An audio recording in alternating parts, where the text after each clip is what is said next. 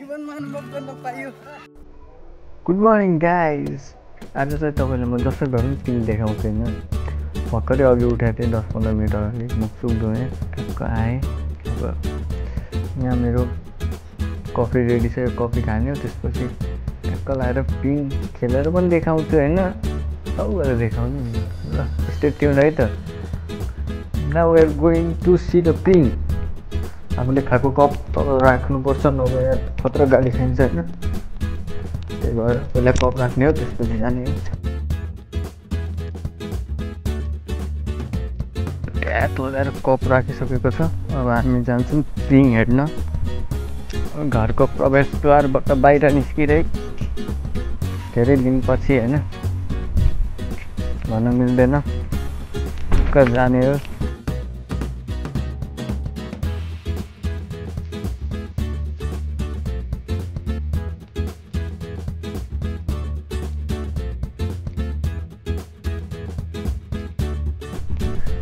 पुग्न लागेको छु मैले। घाम त लाग्थ्यो होइन, त्यही पनि अब हल्का रमाइलो गर्थेँ। हामी अब पिङ हेर्न जाँदैछौँ। यो चाहिँ हाम्रो सानो स्कुल हो, यता हेर्न सक्नुहुन्छ। सानो स्कुलको नाम के हो? श्री पब्लिक राष्ट्रिय माध्यमिक विद्यालय। Okay, now we are finally in the ping zone होइन।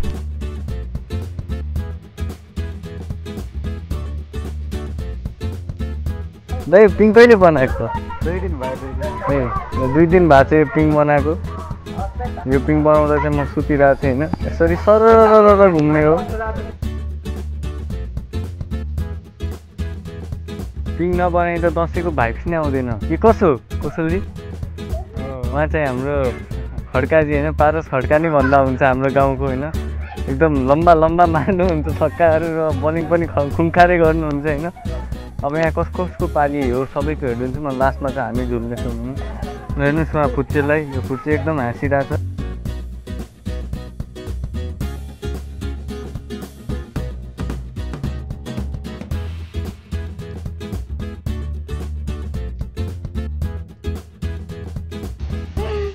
यसरी नै यहाँ खतरा रमाइलो।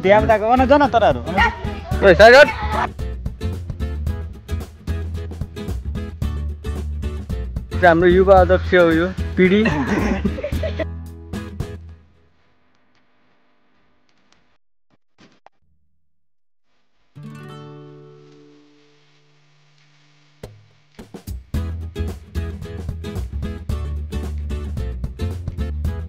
त्यो फुच्चीलाई कति माथि झुलाउँदा पनि नरुने रहेछ होइन। तर उहाँ चाहिँ हल्का डराउनुहुन्छ।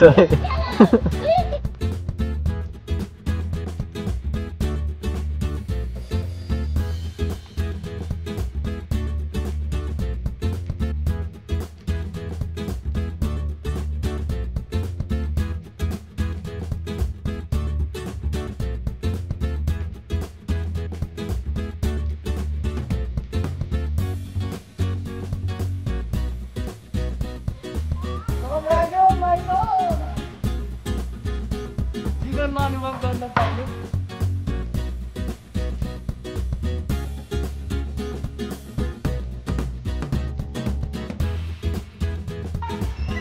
जीवनमा अनुभव गर्न पाइयो। अब चाहिँ हाम्रो डाक्टर साहबको पाली होइन।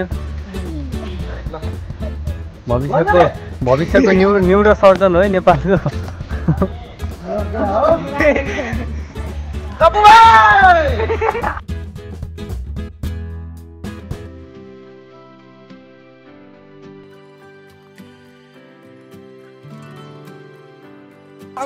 अर्जुनजी कस्तो भयो त?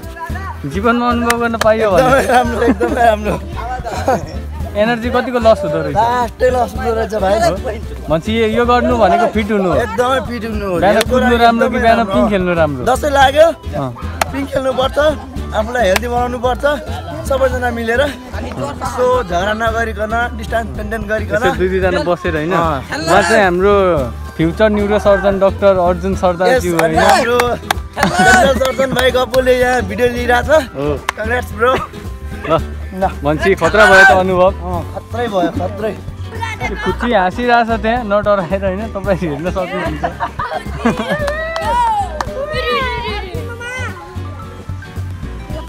ल अब हामी पारस खड्का लाइटसँग जाम होइन खर्चाजी कस्तो लाग्यो त पिङ झुलेर धेरै रमाइलो लाग्यो धेरै रमाइलो लाग्यो होइन त भनेपछि जीवनमा अनुभव गर्न पाइयो अनि दसैँमा एकचोटि भुइँ छोड्नुपर्छ भन्थ्यो हो कि होइन त्यो चाहिँ हो रहेछ होइन त तपाईँ एकचोटि फेरि झुल्ने हो कि केटाकेटीहरूले पहिला आफ्नो रस उहाँको मन कति सफा रहेछ पहिला केटाकेटी त्यसपछि आफू झुल्ने